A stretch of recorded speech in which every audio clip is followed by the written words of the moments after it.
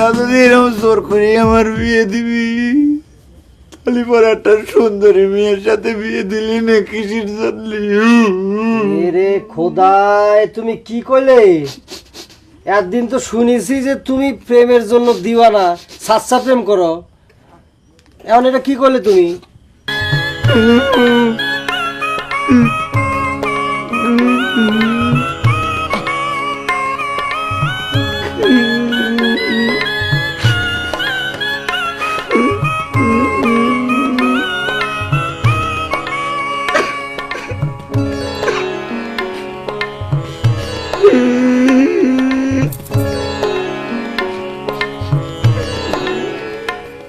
আমার রূপের জন্য তুমি আফসোস করতেছ প্রেম কুমার।